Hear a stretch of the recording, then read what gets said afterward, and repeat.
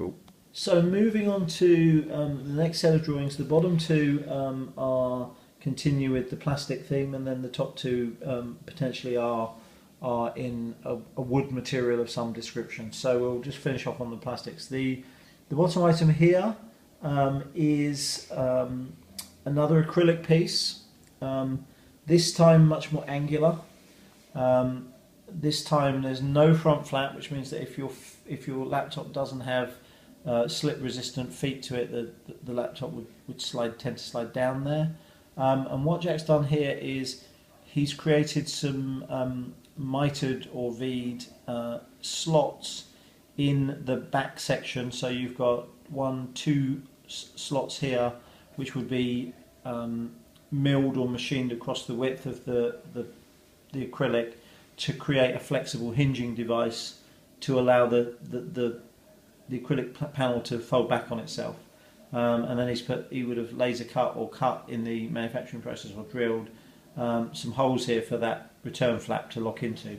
Quite a neat idea, possibly a little uncomfortable to use, very, very portable. So from the portability point of view, a really good piece of design. However, my personal expectation would be that after maybe 10, maybe 15 uses, the acrylic, which is a very brittle material, would crack and the back panels would break off eventually. Okay, so let's move on now to some of the wooden designs. One of the pieces of feedback that I have for Jack on the wooden designs is that personally and from an environmental point of view, I prefer the simple elegance of wood. As long as it's forested sustainably, it's a very environmentally acceptable material. And personally, with the ethics of myself, my business, and my personal requirements for accessories that I'm going to use, the environmental issue is very good for me. The item on the left is in essence almost a mini desk. What Jack's got is a large tray. On the top side of that he's put some anti-slip surfaces. He's also hollowed into that a recess to locate a drink, which is a little kind of drinks holder, which is a fantastic idea for travel. If you're sitting on a plane using your laptop and someone brings you along a drink, then somewhere to put it is great. A bit of turbulence with that glass of wine, and it may, however, spill over into your laptop. So overall, maybe not the best idea to have your drink that close to your laptop. Jack's also built in some little slide in and out storage drawers, which are great, but obviously add bulk and weight to the item. Rounded corners, really nice and elegant and soft. And as I briefed this for Apple Mac products, which also have those rounded corners, that's quite a neat feature. Making it fit neatly with the Mac is quite a good start of a design idea there. The second option is much more like the acrylic version at the bottom, which is fundamentally now we're looking at triangular stands of different designs. So we have a two-piece wooden stand here where you've got a left and a right stand piece, quite a wide piece of wood with a hinging mechanism at the top. Very portable, very unstable. The laptop would tend to rock left to right and fall over quite quickly.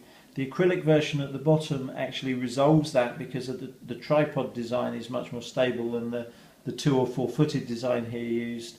The kind of the problem with this is the design mechanism. You've got at least 2, maybe 3 molded or machined parts, which would be quite expensive to fabricate. You've either got to make a large cost tooling, or you've got to machine those plastic parts. That will cost quite a bit of money, and then you've got the assembly costs of that as well. And it's a perfectly acceptable desktop item, but serves no real purpose on the move. So moving on to some of the developed wood ideas.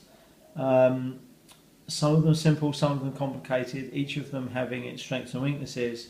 Taking this first section, fundamentally here what we've got is a flat wooden tablet with fold down back legs to give it the angular approach, and fold up front legs. Now the complication for me with that is that the hinging mechanisms for folding things out and in would typically and would be complex machining to give you the movement wood on wood, as it were, but alternatively then you'd be introducing assembly processes with metal hinges or that kind of thing, so metal or plastic hinges, which would add both cost for materials and labour, and also then you get into the territory of if it breaks, the item becomes slightly useless. Just coming down to the bottom right hand corner here, most of us, if we have grandparents, would recognise that what we've got here is a wooden table, similar to that used for eating in bed. Folding legs, simple folding legs, which are straightforward and not too complicated, not too fussy. They'd fold underneath. There's clearly a space for a laptop and a space for mouse use on the side. I think the problem with that is its lack of elegance. It's very simple, but it's very much like products that I could go out and buy right now. And to get it to be usable, my sense is that those legs would need to hang on the outside of your knees, and therefore it'd be quite big.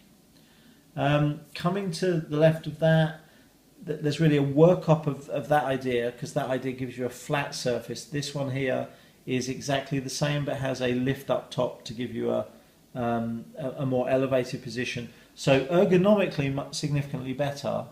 From a desktop perspective, perfectly okay. Maybe not the most appealing item in the world with those kind of ironing board legs, but would probably do a very good, very practical job. And obviously, you've got space for a wireless keyboard and mouse underneath.